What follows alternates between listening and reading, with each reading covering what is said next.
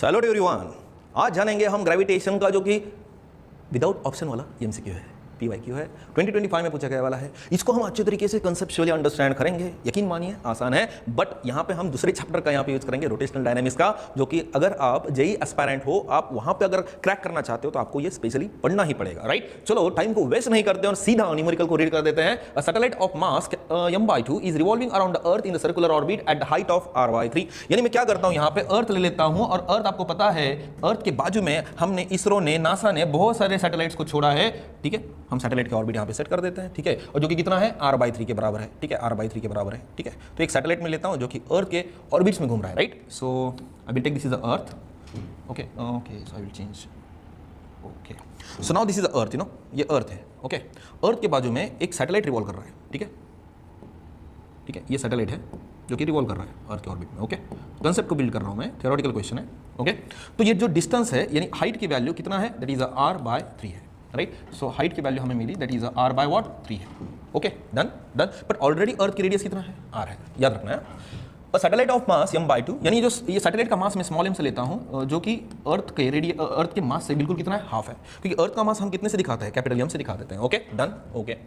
Circular orbit में revolve कर रहा है at the height of r/3 from the surface, then the angular momentum of the satellite is, अब उन्होंने दिया क्या हमें, एंगुलर मोमेंटम दिया है, यहाँ पे मैं लिख लेता हूँ, एंगुलर मोमेंटम गिवन कितना है, that is capital M under root of Gm capital R by x। अब हमें डिटरमाइन करना है x की वैल्यू, x की वैल्यू को हम डिटरमाइन करेंगे यहाँ पे, ठीक है। चलो मैं यहाँ पे थोड़ा सा चेंज कर देता हूँ, आपको समझ में आए, ठीक है। अब ये इसको लिए, ठीक है, अब ये छोटे के लिए, राइट, ओके, डन। तो x की वैल्यू हमें डिटरमाइन करना है, डिटरमाइन करेंगे ना, बहुत आसान है, सिंपल है। बट उसके लिए what is the general formula of the angular momentum, can you tell me. That is angular momentum L is equal to mass, okay, और सबसे इंपॉर्टेंट होता है उस ऑर्बिट की रेडियस, और सबसे इंपॉर्टेंट होती है स्पीड। बट यहाँ पे अगर आप देखते हो तो ऑर्बिट में सेट हो रहा है, so I can take this is the critical velocity और you can say the orbital velocity, right. So I will take the VO, चलेगा, अंडरस्टैंड। अब VO का फॉर्मूला मैं यहाँ पे आपको लिख के दूंगा फिर बाद में, अभी फिलहाल के लिए तो आप यहाँ पे अंडरस्टैंड कर लो, x की वैल्यू में डिटरमाइन करना है, बहुत सिंपल है, आसान है, कुछ हार्ड नहीं है, ठीक है। अब इसके लिए मुझे करना क्या पड़ेगा, तो ऑर्बिटल स्पीड का फॉर्मूला क्या है, what is the formula of the orbital speed, that is under root of G। सबसे इंपॉर्टेंट होना चाहिए, पता होना चाहिए, mass of the, okay, mass of the planet, you can say mass of the planet. अब planet अपने लिए earth है, तो definitely will take the capital M for it.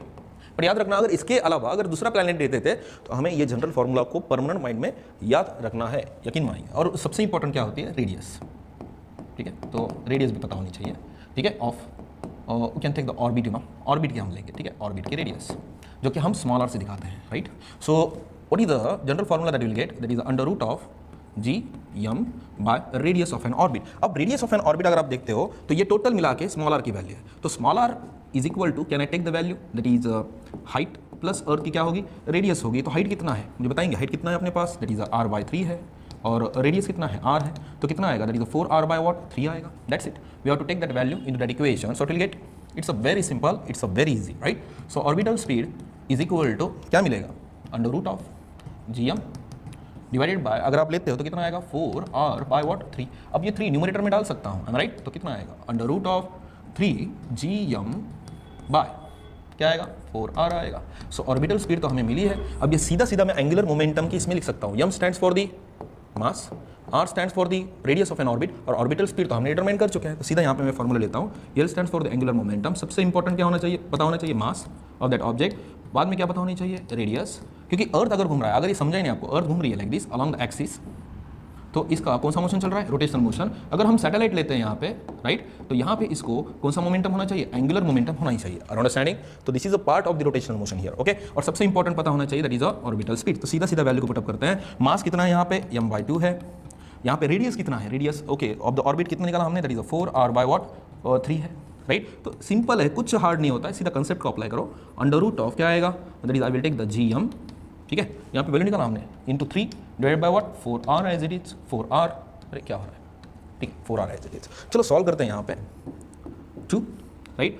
अब यहाँ पे मैं स्टेप वाइज करेंगे, बिल्कुल गड़बड़ नहीं करेंगे, मैं m/3 into 2 can be written like this, under root of 2 square, average student भी समझ पाए इसलिए कर रहा हूँ, राइट।